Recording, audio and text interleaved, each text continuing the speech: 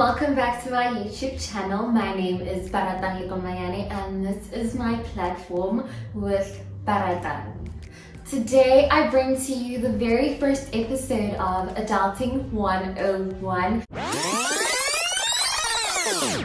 We'll be launching Adulting 101 with Baratang. Choosing a career path or a business to venture into can be very difficult.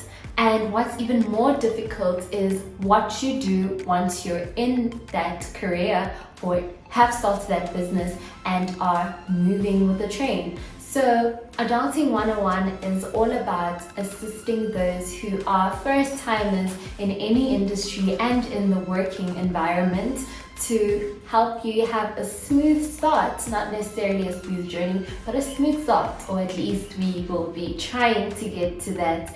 And that will be launching next week. That's all I can say, but I'm very, very excited for that new series.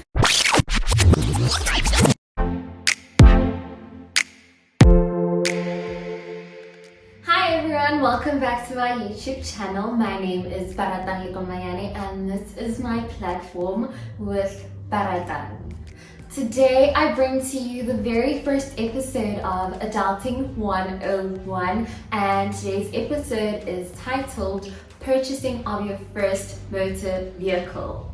In today's episode, we are joined by Sharifa Abiet, who is a sales executive at Freeway Toyota. She will be giving us all the information one would require before purchasing a vehicle for the very first time.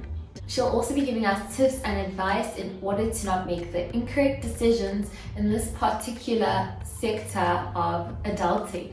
Feel free to grab a notepad and a pen to record the great information you will receive in this video. Without further ado, let's get into the interview. Thank you so much for joining me on my channel. Hi, how are you? It's a pleasure. Thanks.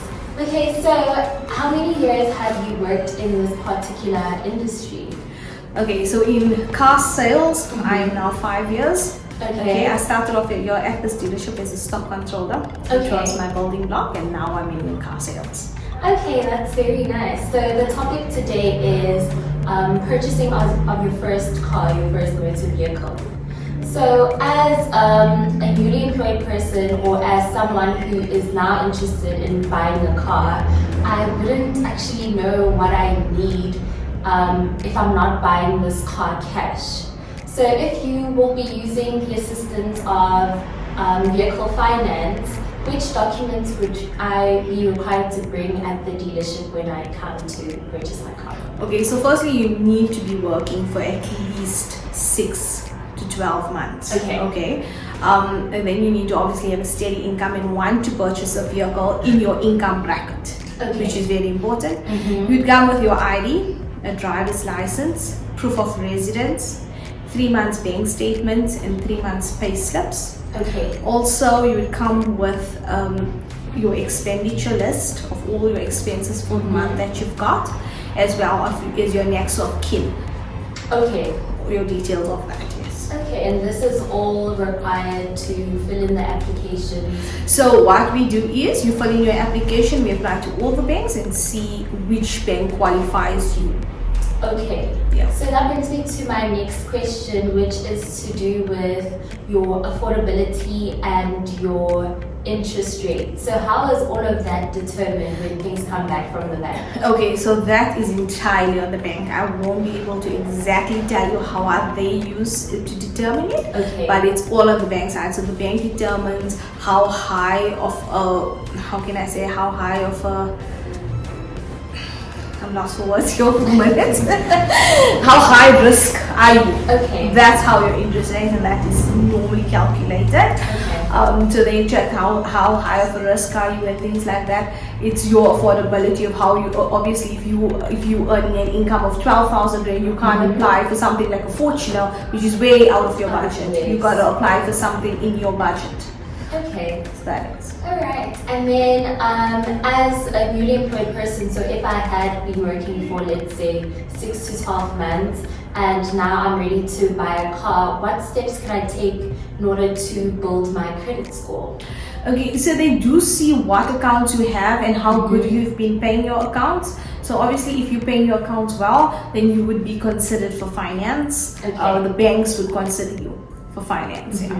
Okay, and then there's something called a balloon payment to kind of assist with the affordability or your monthly installments. So how does that actually work? So your balloon payment is that payment. So it decreases your installments a month. But what happens is at the end, so if just say for instance you take a balloon payment of 30% balloon payment of the total amount of the vehicle.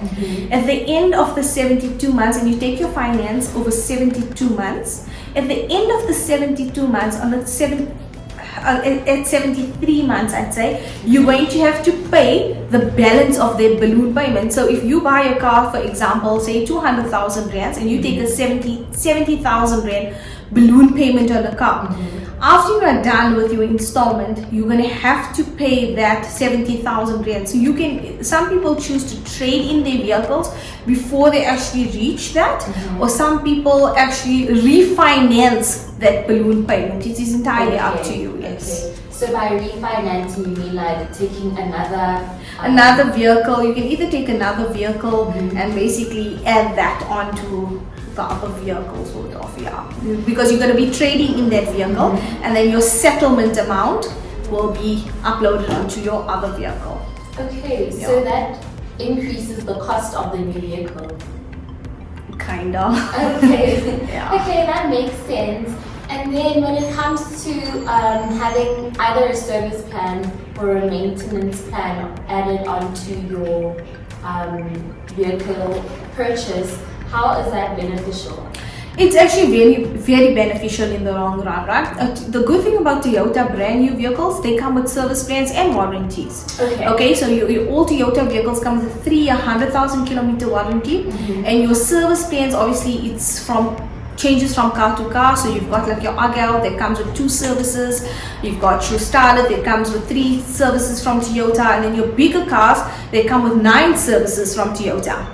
So what you can do is, if you will start off, you're going to buy a smaller vehicle, so I'd suggest you do increase your service plan and warranty. It's for the minimal cost that you are going to be paying for the extended warranty that we offer. Like Toyota offers a 6-year unlimited and an 8-year unlimited kilometer warranty for like very minimal amounts, but you save in the long run. If something does happen to your car and it's going to be costing you a lot of money to fix, if you got a warranty, then you are covered in that sense.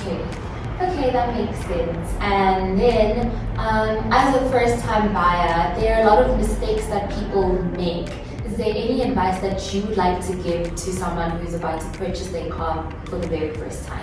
I'd say get something that you know is quality, affordability, something that you can afford, not only for today and tomorrow, but during the long run. Don't only look at the fact that I can afford it this month, next month. What about a car is a long-term thing, so it's a 72 months thing. So think about the future. Also get something that is these days economical, something that is reliable. And that's all I can say is get something reliable, something that you can afford, something that's economical. As a young person, that is what you need. Okay, well that is the end of all the questions that I have for you. And if anyone would like to ask you questions further than what we've discussed in today's interview, how may they reach you? Okay, if anyone wants to call me, they're more than welcome. My number is 084-786-6902. WhatsApp me if you're looking to buy your new car. I'll be more than happy to put you into your brand new vehicle. Okay, thank you so much, Sharifa. It's a pleasure. On my channel. And that concludes the interview. Thank you so much for joining Sharifa and I in this episode titled Purchasing of Your First Motor Vehicle. Should you ever need a sales executive, please feel free to contact Sharifa. I will leave her contact details in the description box below. Don't forget to like this video and to share it, also to subscribe to my YouTube channel. I am very interested to hear what you guys think of Adulting 101, so please do leave a comment in the comment section below. I am very excited about this series. I have so much great information to bring to you guys, so I can't wait for that. Please do also follow me on my social media platforms. It is at with Baratang on Instagram, Twitter, and on Facebook. We have officially reached the end of the video. I will see you again next week. Please take care, stay safe, don't forget to sanitize, to wash your hands, to wear a mask, and to social distance. Goodbye.